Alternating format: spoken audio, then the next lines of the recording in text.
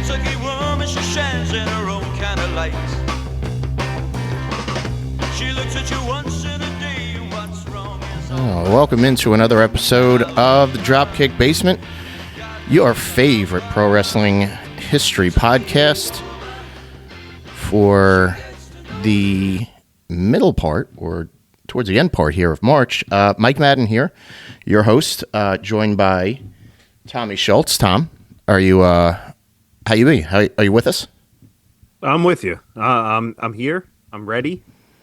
Let's talk some. Let's talk some wrestling. Let's talk wrestling, of course. I do, before we really get into the beef of this episode, I do want to mention there are a lot of corrections, by the way, from our two-sport wrestler. Oh, boy. we were speaking a little bit out of turn on, of course, our favorite topic that we ended on was Larry Zbyszko.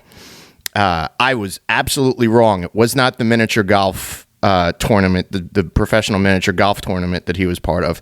He was trying to qualify for the senior PGA tournament. Oh, really? And he might have been doing this, maybe this like talk show segment that I saw was him putting. You know, maybe I got a little confused, a little out of sorts on that. All right. Apologies to the entire Zbyszko family. Larry's tiny little dog that he had, any of the Gagne sisters that he had relationships with. But yeah, that was wrong. We kind of hit or missed a few of the pro teams that the football players ended up playing for, but you can't win them all. Yeah. But what are you gonna do? Ultimately, a very good episode. So, but I did before I went any further, I did want to mention that little misstep on Larry Zbyszko's golf pedigree. So, you might have heard a little bit. Those of you who are listening closely, you might have heard a little bit of a chirp in the background. We actually have a special guest in the basement this evening. He's infiltrated us, member of the Off the Cuff Stuff Network podcasting family, host of the Count Me Down podcast, as well as the former host, maybe future host of the Basement Bar Show, Steve Mezzano. Steve, welcome to the basement. Welcome to the basement. I feel honored. I love it. I can't wait. This is gonna be great. I love the topics. It's gonna be a good time. Well, you've been here before. You have you've helped us out with a few episodes. Some trivia, which is in the future for us as well. But you came to me in particular about a week ago and said, we need to discuss this streaming show that's been on Netflix for a couple of years, I guess a year and a half now. It just caught your eye. It's called The Wrestlers. And it's based on a summer at Ohio Valley Wrestling. And just talk a little bit about how you stumbled upon this gem, and then we'll get into a little bit of discussion about this this circus, as they said a million times in the show. I don't. You know what? I think one of the other shows I watched ended and said, if you like this, you would like, you may like that type of, with the algorithm, how it hooked it up. And I'm like, yeah, let's see this. I'm like, I know what OVW is. I'll tell you, it's been a while because I actually thought OVW, because I remember like Cena and those guys coming out of it. Mm-hmm. Yeah. I knew they didn't have a relationship with WWE, but I figured, okay, like they're probably putting together something decent, so it's like, oh, I'll check it out. Right. And then, yeah, naturally. And then like crack, I was addicted. For sure. And I, as I said, when you texted me about it, I was like, all right, I watched one episode and I was kind of like, oh, I don't know if I could stick through this. And that was like when it first came. It was suggested to me by, another friend, another wrestling friend who was like, this is kind of cool. Like you get to see, the way that OVW is run these days. And I got through like the first time I got through like a half an episode and I was like, I just don't have the headspace for this. Tom, you said you watched it when it originally came out. Oh, I think I watched it the day it came out. Okay, right. First of all, any like wrestling documentary, Mm-hmm. I Yeah. love it. I love a documentary. Of course, yeah. B, as soon as you watch the first episode, you're like, oh, this is a shit show. I want and more. Any Yeah. shit show documentary, I love even more than a wrestling documentary. yeah. Like Tiger King or there's another one, the Kings of Tuscaloosa on Netflix. If you haven't seen Okay. that, All right. A+ television. Okay. Right. But- you know what? That actually came up on my feed, so that'll be my next Immediately, only 3 episodes.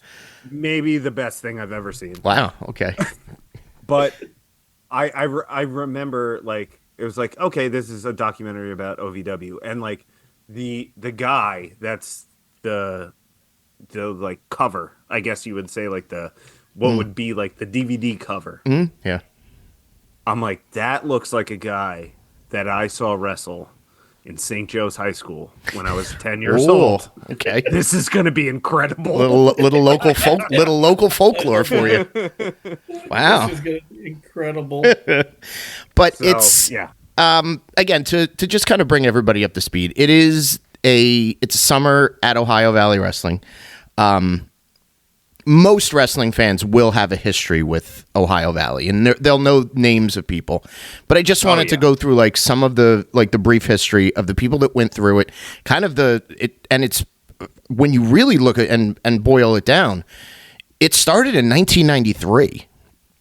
So for there to be like an independent and somewhat strongly affiliated developmental brand, for it to last that long, I give it a ton of credit. So it started. It was Danny Davis, not the referee Danny Davis, but I was gonna say not dangerous. not dangerous Danny Davis, Nightmare Danny Davis, who worked all around the South in Memphis and in Louisville and Florida. Territory tag team wrestler. He was a tag team partner with Nightmare Ken Wayne back in the 80s, 70s, and 80s. And when he retired, this was the old Ohio Valley Wrestling was his training school / indie promo. By the time it got to 99, it was partnered up with WWE. They sent Jim Cornette, because Jim Cornette was tired of being on the road and tired of doing kind of next to nothing and really like frustrated with the creative that he was assigned at the company. So they said, all right, we'll go down to Ohio Valley Wrestling and you help run that as our developmental territory. From there, it had about a good 5-year stretch, if memory serves me, if not more, of producing their next like run of main event guys. Oh, yeah. So the Cenas, the Lesnars, the Batistas, Randy Ortons, Shelton Benjamin. That one crop was like, it's insane that they were all brought in at the same time. Oh, absolutely, yeah. And then even the guys that were their local wrestlers were eventually ended up. So like Nick Dinsmore had been there since like 99, eventually came up and he was Eugene. The Basham brothers were, and we'll know that Danny Basham is part of this OVW reality show. It had a little resurgence in the mid 2000s with guys like when they were bringing in independent talent and some second generation guys. So you had Punk, who had a good run in OVW. You had Cody Rhodes started out there. Beth Phoenix, the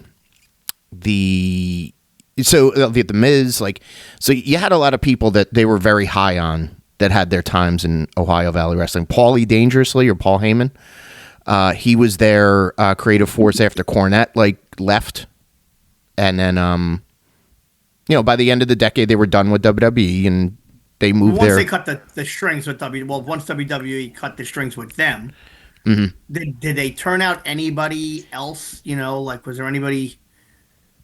So that they were went on to be like somebody that like a generic fan would know. So they were affiliated with, after that, like a few years later, they hooked up with TNA and they became the sort of feeder. like the developmental feeder system for TNA. And there were I don't think there was anybody that like made it where they're a household name now, but like Rob Terry, Tom, I'm sure you I know that name. probably know the name. He was He changed your oil 3 weeks ago. but he was there, and I think a few of the people that are there now were part of that transition over when TNA was affiliated with him. But yeah, that leads us to 2020. I guess this was 2022 into 2023, where the reality show took over. Current owner, head trainer, Al Snow.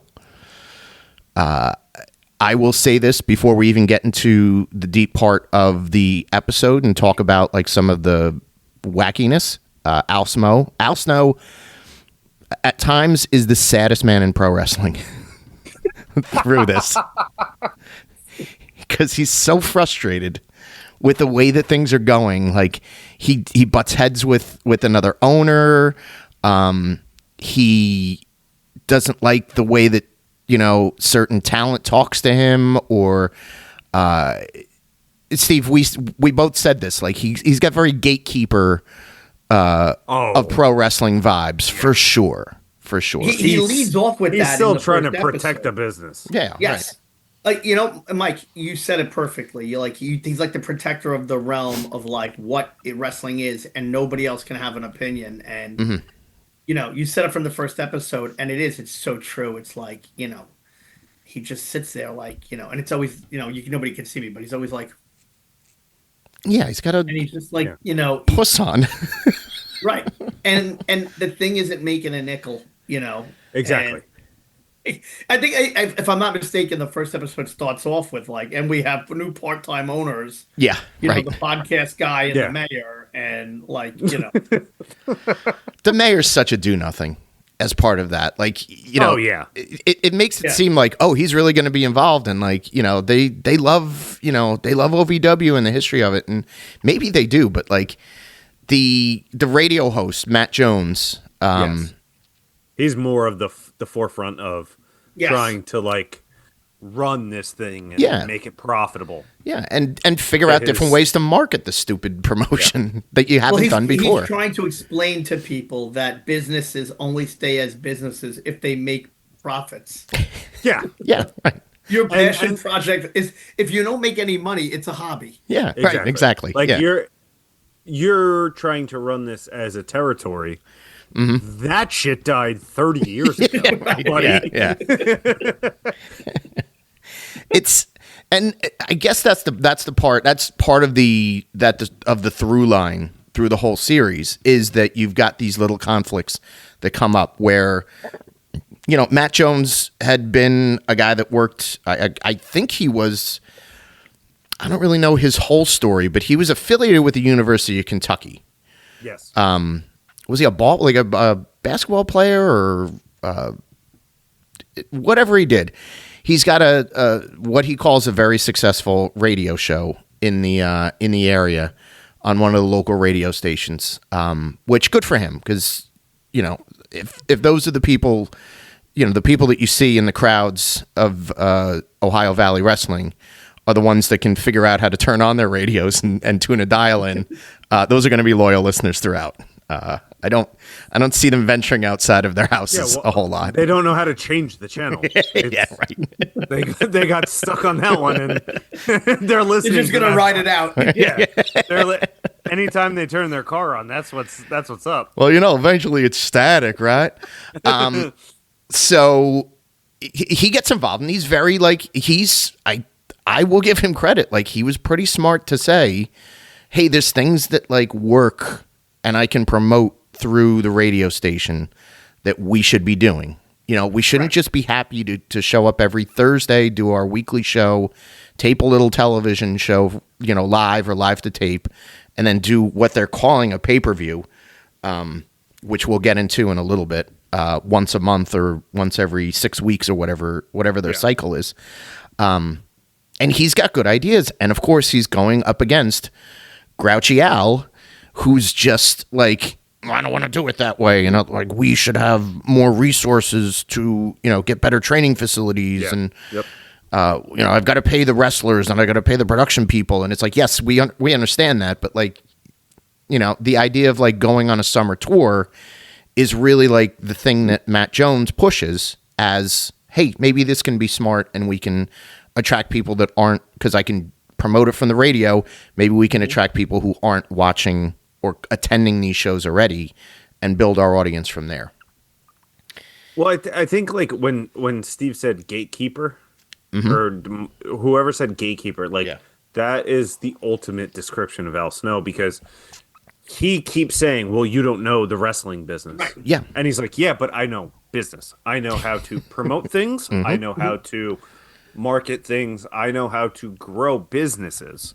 Right. Wrestling or not wrestling, I know that if you have this specific audience, right, I can promote this to an outside audience who half of them may like it, half of them may hate it, but they'll at least watch it once. Yes. Right. They'll give it a chance. Yeah. Yes. Yeah. Because of me. Right. And Al Snow doesn't understand. Oh, because he wants it all to be about him and the mannequin head that he had, well, that's 25 years ago. That's the other thing that, I mean, listen, I as a kid, I loved the Al Snow gimmick. But the one thing that drives me nuts about some of these, I feel like Disco Inferno is like another guy that I could like put into this category of like guys who literally not a single person ever bought a ticket to see them. Yeah. But they'll tell you everything you need to know about the business. Oh, yeah. Yeah. Oh, And no, how- absolutely. Yeah. Like Al Snow, my favorite. This is like, and like, people that I know that maybe other people. So, but he'll always be the guy to be like, "Oh, WrestleMania 3. What?" He'll be the guy that goes, "WrestleMania 3. What was the best match?" And when everybody inevitably says Randy Savage versus Ricky Steamboat, Yeah. he goes, "No, it was Hogan and Andre because that drew the money." That drew the house. And Yeah. it goes, "That's not." But that's not what. It's not you that's asked. the question we're asking. Yeah. That's not what you asked. You like he tries to be smarter than Yes. you. Yeah. Well, Like and he's it's a funny, guy that thinks he's smarter than you. he's riddled the whole series with like, if this doesn't work, I don't know what to do. I'm out of answers. But then anybody who says, why don't we try this? Yeah. He's like, Nope. no. Yeah. He's pie facing them. You don't I'm not know just- anything yeah. about wrestling. Right. I'm not just going to do that to get some kind of cheap pop. I'm like, that's the whole industry is cheap pop. Like, Yeah. that's what you do. And Like, you elicit, like, and I think the guy Matt Jones said it one time. He's like, you're trying to elicit a reaction. That's why I want to do like a, UK versus Louisville match. Yeah. He's like, I just want people to feel something. Yeah. It's so, poor Al. I mean, and he just His poor wife, really. yeah. She played a major role of the masseuse just giving him rub downs. Listen, not just a masseuse. She sold a hell of a lot of popcorn at that popcorn stand. She had a nice cheese pour on that nacho cheese as well. And What do you think she thinks when she has like a degree in massage therapy, and he's like, "Listen, honey, those tips aren't cutting it. I need you to sell nachos on Thursday night for the big pay-per-view." come help me out? I gotta bring you down. This is bigger than both of us. Listen, instead of payment, I'll bring you to Ric Flair's last match. I'll introduce him to you probably for the 400th time, and he'll look at me sideways like, "Who the fuck are you?" And by the way, the minute I'm in Dallas Page is like, "Hey, I'll come and if you ever need anything, man, just let me know. I'll come out." Yeah. You lock him in right there. You're like, "Yeah, pick a Thursday. What works for you?" Yeah, Like, exactly. Right. Like, do anything to get somebody to watch. Grab him by the arm and take him into your car now, and just say like, you're Don't let him spending go. a week Get with the, us. Get the automatic locks and just go, "Yeah, you can't get out of the car." And the Although, other thing is, everybody knows that he's behind all of this, right? oh yeah, And his reluctancy to like wrestle is like mind-boggling. Right. You're the only motherfucker that anyone knows on this show. Yeah, that's And you're like, no, I don't want to be seen. And the What best is wrong with you? It's got to be done right. I don't think you just do it to do it. It's got to be done right. I'm like, dude, and it's funny because he's tried to pick up like Triple H's, mannerisms and the way he presents himself, and it's like, dude, you can't even be Al Snow. Hey, asshole, you once lost the hardcore title to a deer head. yeah. Yeah. You're the man of Gaga. You weren't like hey, yes, he was a technical wrestler and a damn good technical wrestler when he needed to, but by his own admission, he would have been the Savage Steamboat match and somebody else would have been the drawing the house match. So, exactly. Figure out a different way to draw the house than, trying to do the technical stuff. But let's get right to that, to the end of it where he has that last match where they undersell the fact that it's Danny Basham as his tag team partner until like the last episode. They were like, until like the last 10 minutes of the episode, they were like, oh, now it's a tag team match where it's Snow and Danny Basham against two other guys for the, and again, that's the old, 80s wrestling. You get 5 minutes with the manager at the end of it. And, the crowd loves it. The other guy's the big heel. And I thought so that was the one episode that I actually connected with the most where I was like, this actually pays off good. And Al looks like kind of a hero, and they give up for him. That like he's over with that crowd, and so is Danny Basham. And it's like, well, not that they're supposed to be the stars of the company. I get that, like, you don't want them to be the stars of the company, and I guess like they didn't show enough of the I guess the meat of some of these OVW TV shows. No, of course. But he's probably an authority. Both of them are probably on camera authority figures, but they're just not used enough. So when you're getting to that big payoff, it's like, man, if the whole series, if the first thing in the series was Matt Jones saying, I think you should wrestle, and it was 7, if that was sprinkled into the 7 episodes, you probably really would have gone on this journey with Al trying to decide if he wanted, and this was his last match or whatever it was, trying to see if he wanted to do it. But instead, it's like, all right, well, we kind of rushed to it at the very end. It was mentioned Right. It was a few before the end, but then it's like it's sort of rushed at the end. Okay, well and good, but like I said, that last episode was my favorite. A, because it actually had a decent payoff, and B, because I was like, oh, good, there's no more of this group of people that I have to look at for upwards of an hour at a time.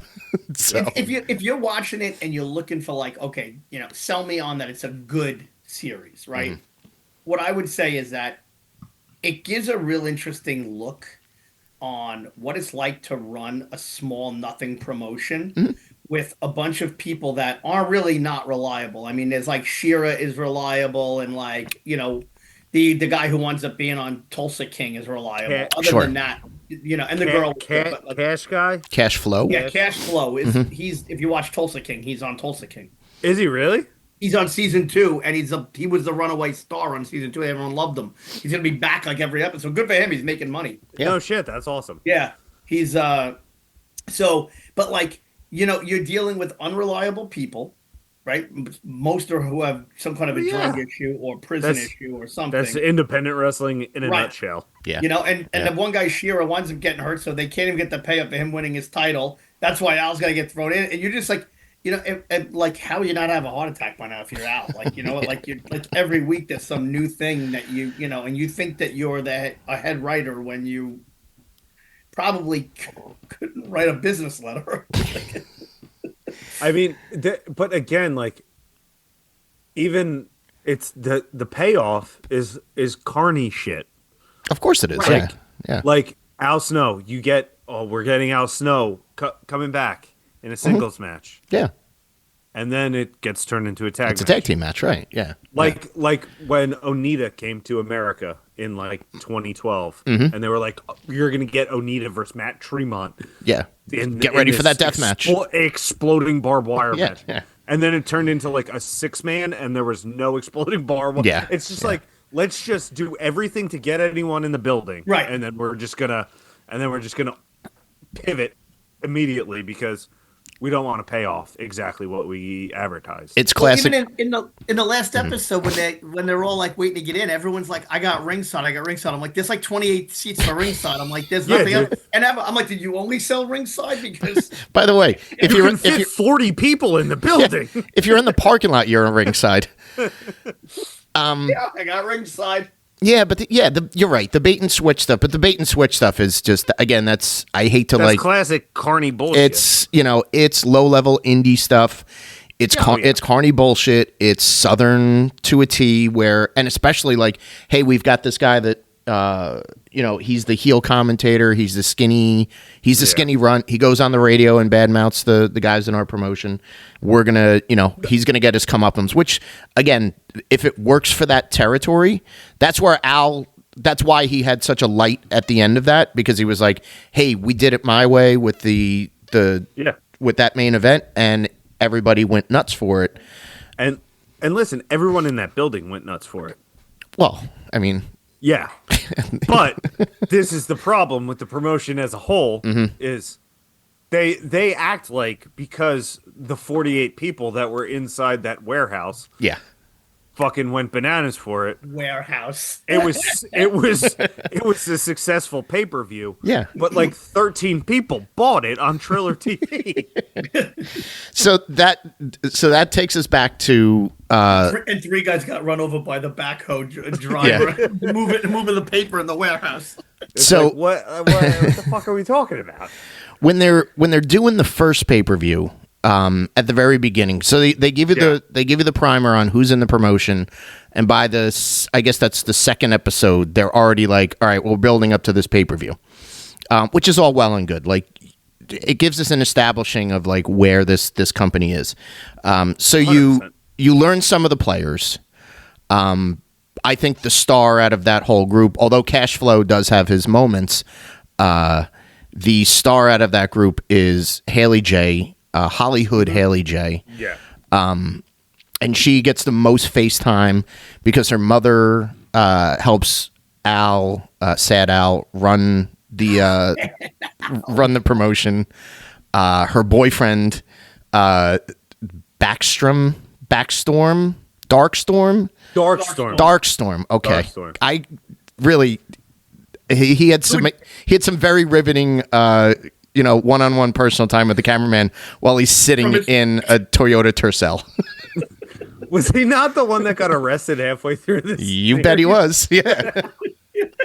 And then he went to his barber and allowed his barber to give him a trim up on his terrible facial hair. I did like that we had some footage of him. I guess he was in early TNA days, and NWA TNA days, wrestling in some tag team matches where he didn't look like an awful piece of garbage. But now this is 20 years later, and there has been a distinct decrease in his appearance since then. But so it establishes their relationship. Not only do they wrestle and train together at OVW, they also work at the bar at the Holiday Inn. Oh yeah, which is one of the places that the wrestlers like to hang out. And then there's a bunch of other like secondary characters that don't necessarily have screen time and talk time, which include the guy with the top hat. I think his name was Rory Von Rocket. By the way, still with OVW to this day. A lot of these names are going to still be with OVW to this day. Rory Von Rocket. They had the Reverend, who I guess, again, never acknowledged, but he must have some relationship with the amazing Maria, who is Hollywood's mommy. She was also a wrestler? She was, yeah. He was famous for her death matches. Death matches. She's an IWA Mid-South girl. You know where she gets her paycheck bounced from at IWA Mid-South. Ian Rotten.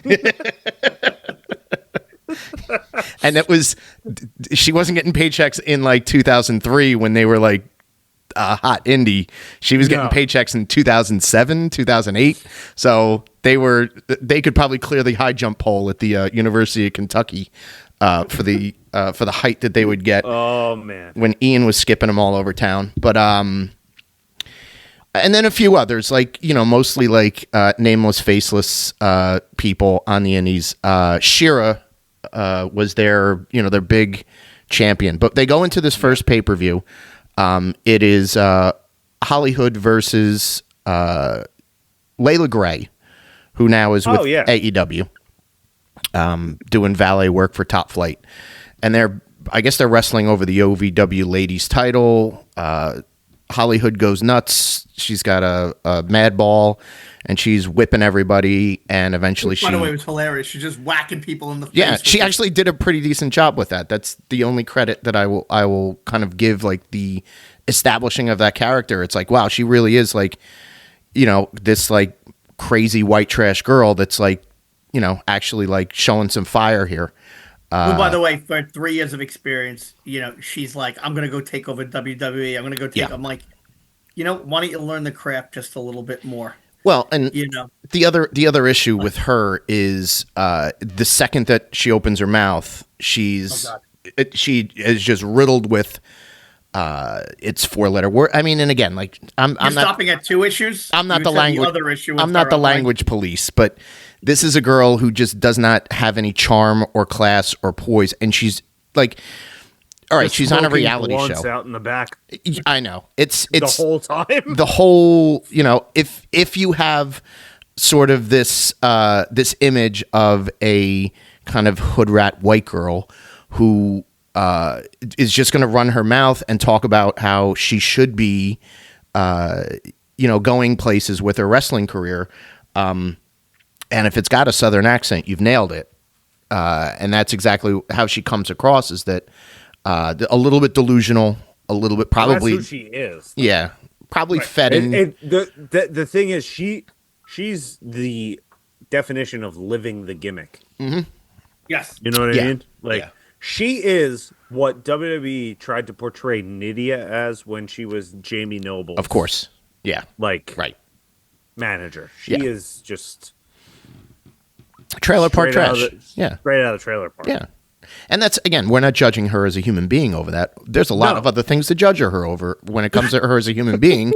The blunt behind the, you know, and the, you know, the jail time, and the I was selling drugs, and the I'd had to do everything and live on the streets and all this other stuff. And it's like, all right, like you overcame a lot, but you've clearly like ramped up to the middle, and it's not like you're gonna be in the middle until you're away from that company.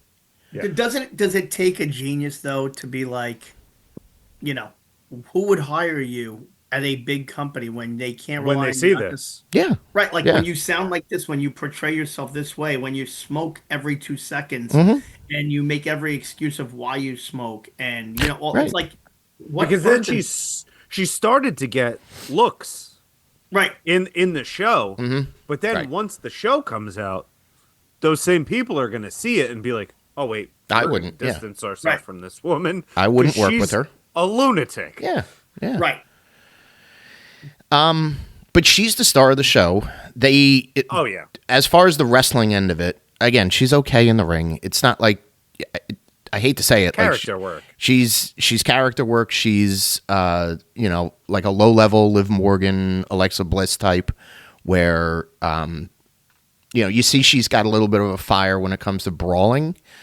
The stuff with the mad ball, and then later on she has the death match with the mom, and but the one thing that like really grinded my gears, and Steve and I talked about this, she's got the follow-up match after she beats down everybody. The real angle, and eventually they got to it. The real angle is her and her mother, but they stop on the way to that, and they say, we're going to have a hair versus hair match. Right? And Haley J is like, you know, I need to get my hair cut anyway. I'm cutting my hair for such and such. And it ends up being for Women of Wrestling out of LA. Yeah. Jeannie Buss's company. Is that still around, by the way? Don't know. Probably Anyway, not. so so they decide that they're going to do a hair versus hair, her and Layla Gray for the women's championship and so on and so forth. And they do the stupidest fucking angle in the world. And Al thinks this is a genius angle. And he's like, I got her input from it. And this was as much of her as it was my genius. And it's like, she loses on a freak roll up. She bails out like everybody does in a fucking hair match. And the mother's the one that carries her back. She does a, boom, boom, boom with the mom. And then like hits the ring post and knocks herself out. Gets literally 3 strands of haircut. So there's no like, oh, I shaved half of my head or my whole head, or, I got it cut in the front and I look like a weirdo or whatever it is. She gets 3 strands of haircut and then she has to like bail out to the back. And it's like, the payoff should be the mom cutting her hair at the end of the summer after they get to the bigger pay-per-view. But no. We have to get, Layla Gray's got to get the heat on her at the beginning of the summer with this bad like hair stipulation that you didn't fucking pay it off. Right. Like he keeps talking about the payoff. Keep it slow. Yeah. Build it up. But like, it's like the second or third pay-per-view, she's getting her hair cut. The 5th pay-per-view, she's wrestling her mom. Yeah. Right. Like build it up towards the big one. Yeah. And like actually have a card that you go, oh my God, we've been waiting for this. Like anybody who's been following, it's going to get a payoff. Why would, like when you look at that, and we laugh because I mean, what did they sell at the one pay per view? Like 75 buys. Yeah, they could have broke 100 with this, and it's like, what's making me watch? Yeah. But again, it's like the delusions of grandeur of thinking that any of this is leading will somewhere. make anyone give a shit. Yeah. Because what Al Snow loved to bring up throughout this series is how many weeks in a row that this show has been on whatever air they consider to be the air. Yeah. But like he's like, this is the longest running independent wrestling show or whatever the fuck he's talking. And it's like, dude, no one's watching. Yeah. And you can I can film myself for the rest of my life every day. Does that mean that it means anything? No. Yeah, true. It's not Raw. It's not The Simpsons. Yeah. Like Right. we're Yeah, talking, exactly. Yeah. We're talking about this TV, quote unquote, Local TV television show. Right. Yeah. that 38 people watch. Right. The people that are in the building then go home and watch the taping of it so that they could see themselves in the crowd. Which is one thing they probably shouldn't, because let's talk about some of the people in the crowd. The crowd themselves. Again, this is listen. If you're from Kentucky, I'm sure there's probably some very fine people, probably well put together people. But this did not. Like, I think they specifically like picked out the most pro wrestling looking fans they could, just so they can emphasize, hey, pro wrestling fans aren't that like clean or educated or whatever it was. So they played into the tropes, and boy, an embarrassment of riches when it came to the tropes. A Jazz Scooter. I saw a few people on those boys, and they, good thing that they left the front row open, or there wasn't enough people at some of the shows, because the Scooter could go right up to the railing. Yeah. Which, by the way, would have been fantastic. There was the Scooter didn't wind up in the ring. They had that lovely little girl who I actually like. So I'm watching that, and as you guys know, when I go to wrestling shows, I do like to mix it up with kids when it comes to like, cheering on a heel and then getting them more into the baby face.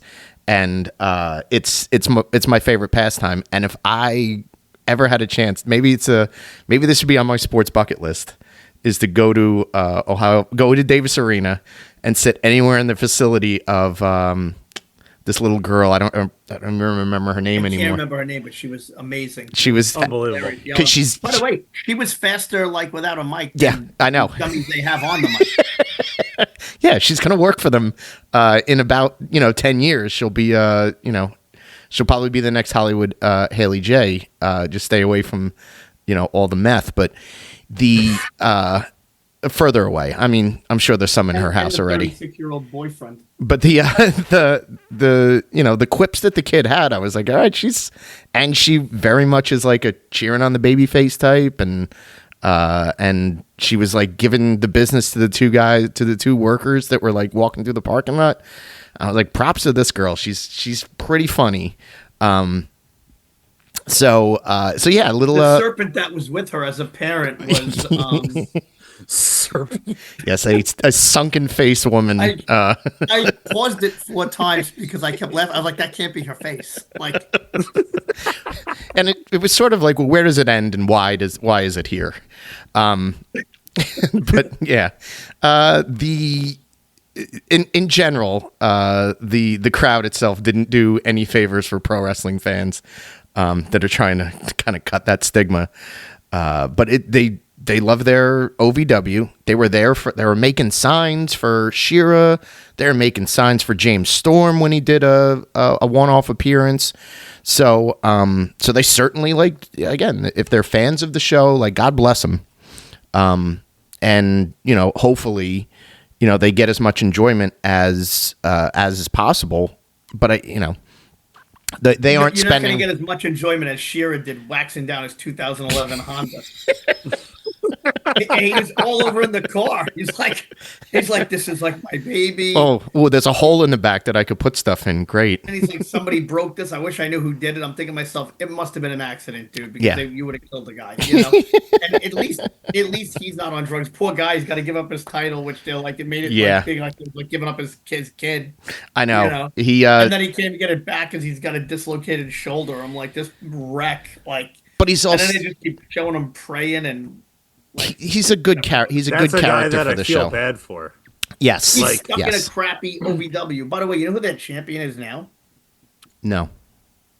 Cash Money? You don't know? Easy. EC3. No. Oh, EC3 is one of their champs. Well, that's where he's fallen to. Ugh. That's what I. When I saw, so just so you know, I saw it, and then I had to. Not only did I not trust my computer, but I did it on my phone. It's like maybe that computer is like. Well, after the what was the name of their promotion? Create Your Own Narrative. Oh yeah. After that, and their anger room failed. He was like, you know what? Maybe I can get on Netflix. He was on. Wasn't he like the NWA? He was part of that at Billy Pumpkins and his NWA. Not far off from. Yeah, I'm gonna say, like, if we're talking about put those companies together on an iPay-per-view, and Hollywood would fit in well. She would fit in well with Father Jim Mitchell. Oh, Jim Mitchell and his cocaine outfit, table of cocaine. Yeah, I mean, EC3 couldn't get a gig anywhere. Like, just go do independence, like real independence. Yeah, right. Yeah, he stinks. Yeah, he's not good. I totally agree with you. Whenever they try to give that guy a push, I'm like, why? He's terrible. Yeah. Well, listen, if Dixie Carter has any belief in you, you're sunk. In business. Yeah. If she's going to give you a push, you better hope that the window's open. Yeah, Panda Energy better be hiring. So but they got, you know what I like? They had the one episode where they turn around and they're like, AEW wants to do something with us. Like, they're rubbing their hands together. This is good. Like, we can be a feeder pool. I'm not kissing their ass. They're gonna have to come. That's to me. That's Al the best. Snow. Like, Al Snow's the first guy who hasn't had a meal in 6 weeks, and someone's like, you know what? I'll just leave it on the table for you. Bring it over to me. Why would I get up? Yeah, right. Exactly. But guess what? If they were like, "Hey Al, do you want to come and like manage these people in maybe do like an OVW stable for AEW Dark?" He'd be the first. He'd rub his hands together and say like, he would have been like, can't wait to get involved." Yeah. Fold up the tent. No matter what, that guy, no matter what was thrown at him to try to make money, it was like, no, we're not going to do that. And he's just, and the last episode, he's so pretentious. The guy, Matt Jones, who seems like the nicest guy, he's got had an epileptic fit. On camera. Yeah. And like, Yeah. he's like, I'm glad we found, like, we get along. Well, you came in here, you were aggressive. I'm like, I would have been like, I came in here, you need my money, you're the asshole. Yeah. Yeah, exactly. Idiot. You. Matt Jones is John Taffer. He kind of is. Al Snow is a guy with a shitty bar in the fucking hood of Kentucky. Right. Like, he wants it to still be He's pirates. doing you a favor. Right. He's Gordon dude. Ramsay slapping the bread on the side of your head, saying you're an idiot sandwich. But he's doing it in a nice way where he's like, hey, I'm putting money into this. I don't want to I haven't drawn a dime from this company in the year that I've been part of it. So what's the best way for me to help you grow and do something with it? And Al was sort of like, well, you need to take a step back and like, let me run it. And it's like, sad Al. Sorry, sir. I think you've been doing that for the past 20 years. Yeah. Right. You're losing my. And you know what I love? Like, the one guy gets arrested, like he's doing blow in his car. He gets arrested, and he can't even be like, hey, guy, if you want to be serious in the business, like, you can't be doing drugs in your car, right? Right. Yeah. Don't worry.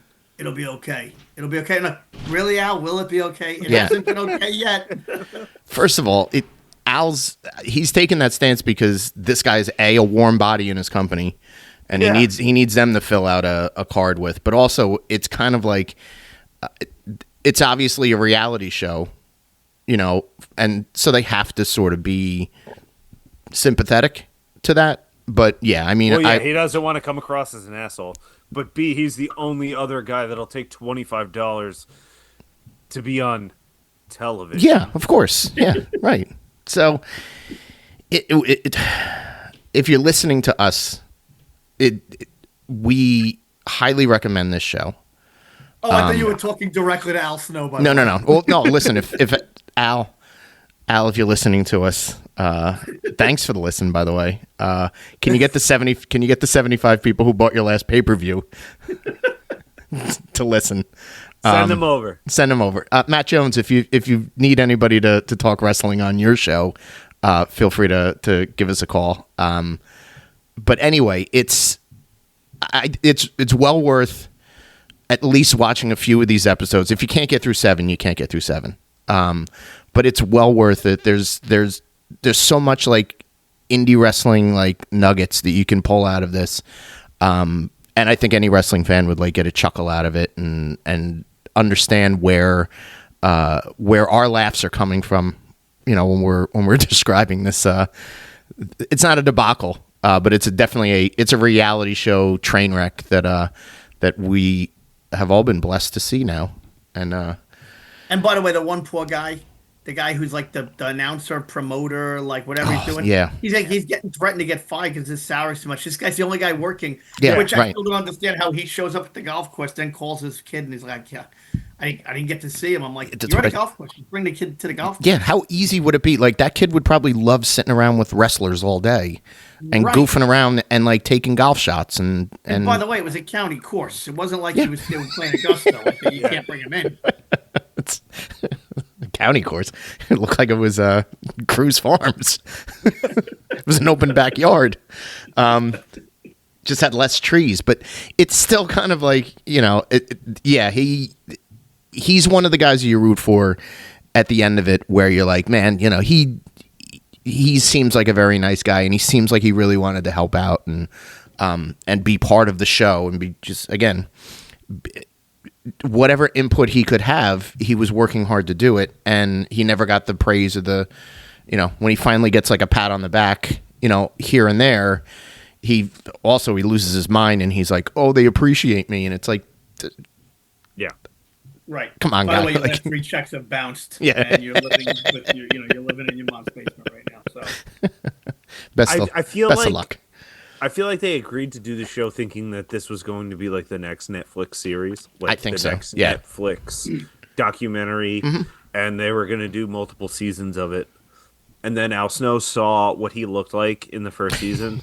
And was like, "Oh, we'll never do this again because I look like the biggest asshole that's ever lived." But they got a paycheck. And Mick Foley would probably called him, Yeah. after ribbing him in all of his Yeah, books, of course. and was just Yeah. like, "Hey, Al, you You grumpy motherfucker.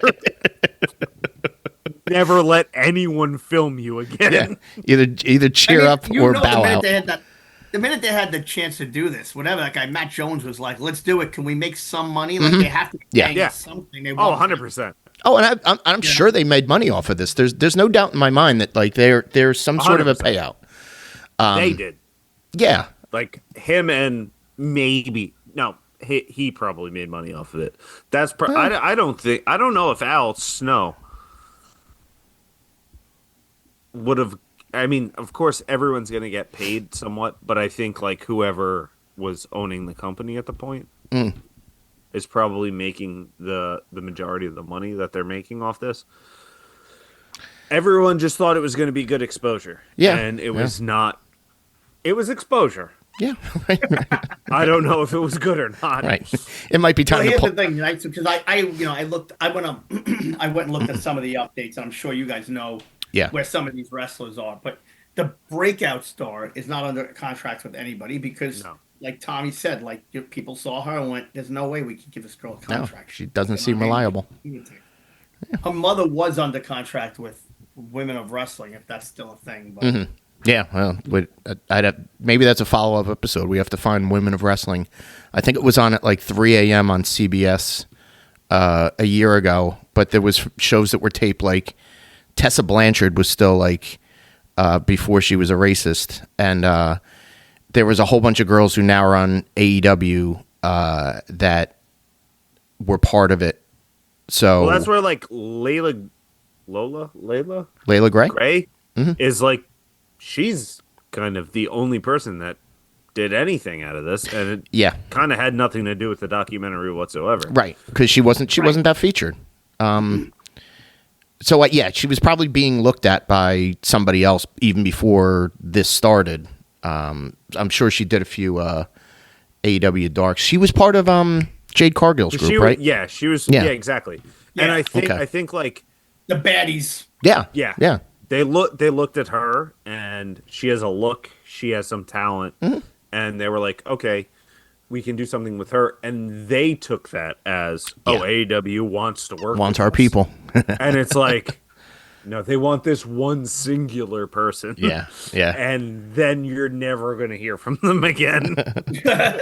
It's a shame. I love the episode when they like AEW wants them to come down and like put their wrestlers over, and they're like, they just all get squashed, and Al's like, Yeah. "What's it gonna make us look like? It's gonna make us look bad." I'm like, dude, any exposure is good for you right now. Yeah.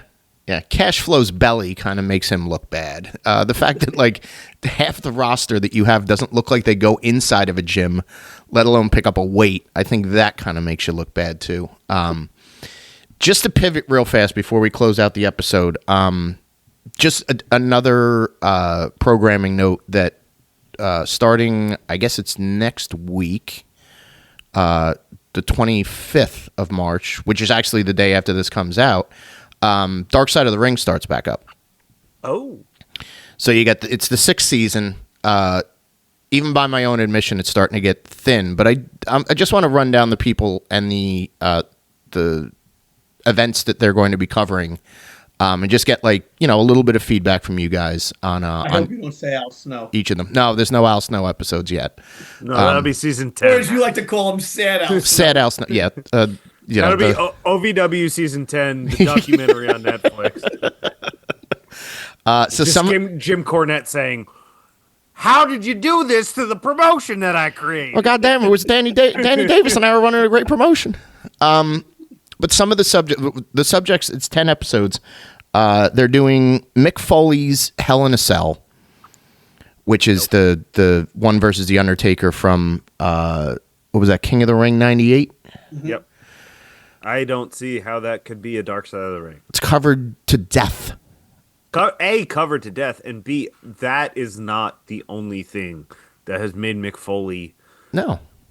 Mick Foley's bumps against Mil Mascaris in 1992 has probably more to do with the state of physical condition that he's in Yeah. than the fucking Hell in a Cell does. Yeah. but they're covering And that. like you said, what else can they possibly say about Nothing. this? I mean, No. they've been interviewed. I mean, And it's not like there's 12 wrestlers in the ring. There's No. 2. You interviewed the Undertaker. He's got nothing left to say. Yeah. The Undertaker is not going to be part of Dark Side of the Ring. Yeah, exactly. Foley is now under a WWE Legends contract. Probably won't be on the show. Yeah. Vince McMahon's not going to be on it. Terry Funk is dead. Yeah. Is going to be talking about this. Yeah. Who on that show? Who is going to be talking about it? That was even any part of that show. Right. It's going to be people talking about King of the Ring that had nothing to do with the show right. at all. Yeah. No, they could talk to a Hebner. They could talk to Jim Ross. I mean, it's going to be like people that were part of the company. Corny will get involved, and he'll scream and yell that they did too much. Of course. It was the biggest damn spectacle I've ever seen. Yeah. And, but like you're going to give it no new insight. You're going to get it's a waste. Viable. That's a complete waste, and it's not. There's no dark side of it. I'm Well, sorry, there's yeah. no dark side. Yeah. That made Mick Foley into this. That made Mick Foley probably a millionaire. Yeah. That Oh, single spot made him a millionaire. They. So what is the dark side of it? Yeah. Big Van Vader. Big Van Vader gets a dark side. Again, what?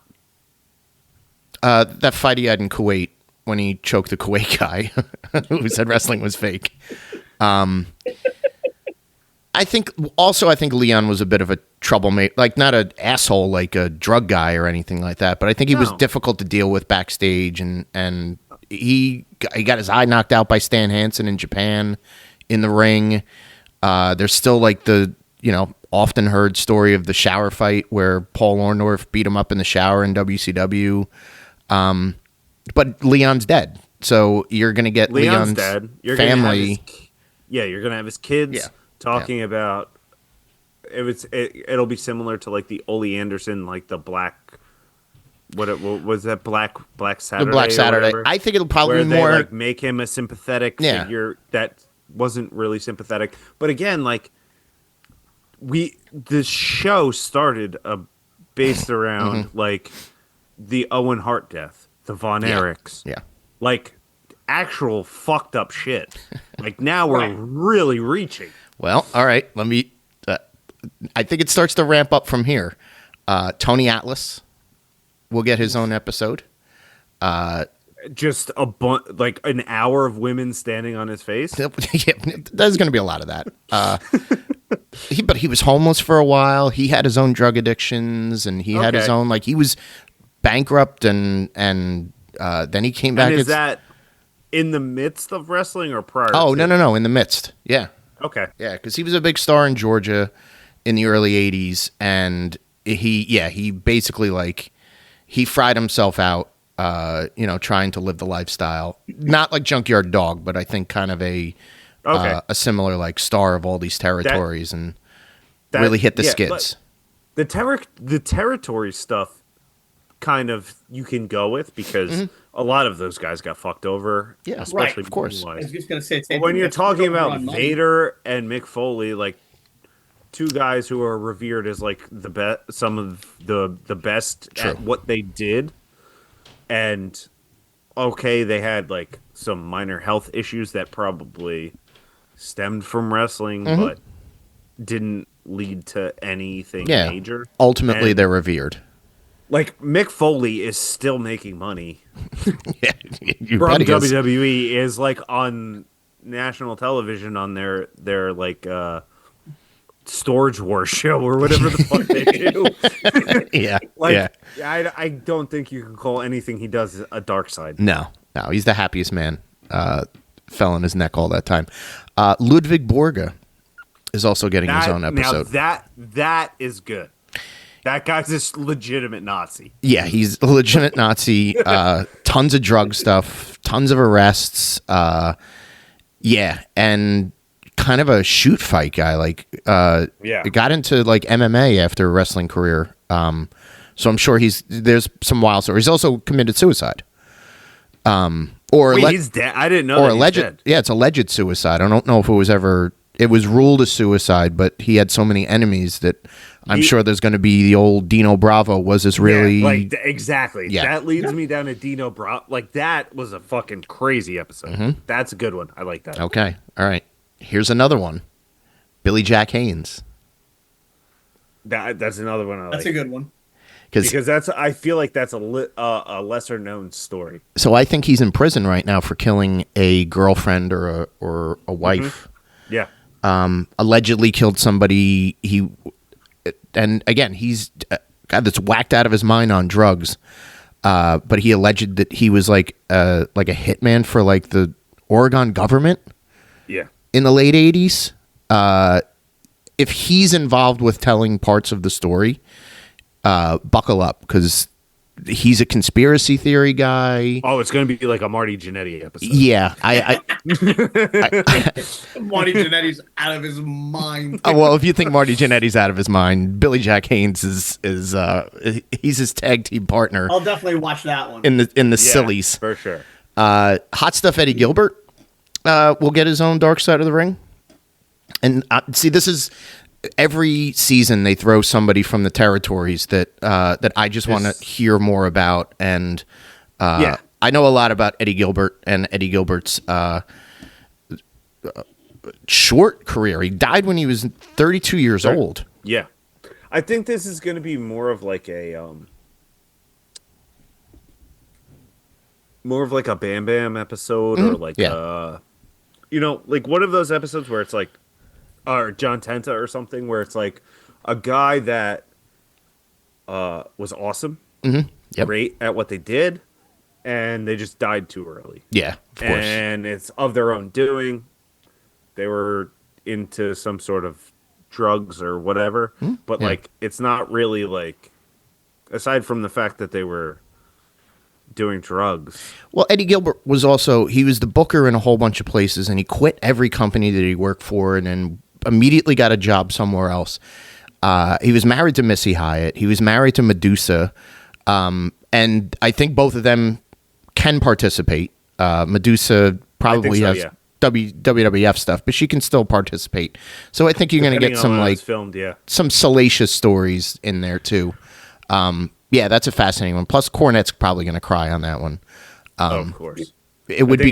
You'll get like Jeff Jarrett on there probably. Yeah, it would be great if they could get like Paul E. Like if Paul E. could talk about anybody, he was Eddie Gilbert's right hand man for 5 years. Yep. And he went everywhere he went. So that should be a fun one. Won't I'm looking forward to that one. That's going to be a good one.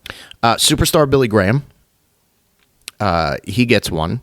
And again, like this probably is like the legend and the guy that like was a pioneer of the business who threw it all away for drugs, exposed the WWF, and this is going to have a lot of the WWF steroid stuff tied to it. Yeah. So they're going to get dragged over the coals for the way that they handled the steroids, especially if any of his family members are part of it. So that's going to be like your little history stuff. Plus, you're going to get a ton of footage, hopefully a ton of footage of when he shaved his head and he just had the mustache and he was karate Billy Graham, which incredibly ridiculous for Billy Graham. Karate Billy Graham. Daphne is on there, and this is the tearjerker. That's a sad story. Suicide and bipolar disease and a lot of stuff. The original Sheik. Again, that's like one where I think it's just more of a history lesson. Yeah. Than a dark side, unless there's stuff that we don't know. Yeah. Well, and he was also like a big time kayfabe guy. So like Sabu and the family members that are still survived, and they're going to talk about that. They did an FMW episode. They did like an XPW episode. Yeah. Where the majority of it is just like it was deathmatch wrestling. That's right. Like, yeah. Like you could almost guess like what's going to happen, right? He immigrated from somewhere. He had a debt to pay off for the flight that he got here. Of course, yeah. It's like these guys, to an extent, that make the show view like hardcore wrestling as like the some sort of like blemish on the business or something. Right. And because any yeah. sort of involvement with hardcore wrestling, they seem to like tie into it being like, but like that's how a lot of people make Yeah. their Right. He and he ran a unless successful there's promotion. unless there's something that we don't know that they found out through interviews and stuff, I don't see that one being anything more than a history lesson into the Detroit scene and what he did in Japan. And I think the and passing his legacy onto Sabu. So, you know what I mean? Yeah. So I that one I mean I want to watch it because I don't know as much about the Sheik as I do as I would like to know, but I don't see it being like because some of these feel like gotcha things, like the Snuka one and stuff like that. That this kind of feels all right. There's a deathmatch guy that like maybe some people don't know about. Right. And then the last one is Muhammad Hassan. And he's another one that just sort of like he had wrong place, wrong time. Wrong place, wrong time. Disappeared from pro wrestling right after that ill-advised angle with the right after the bombing in London, and so that's where you're going to get the pro wrestling does politics bad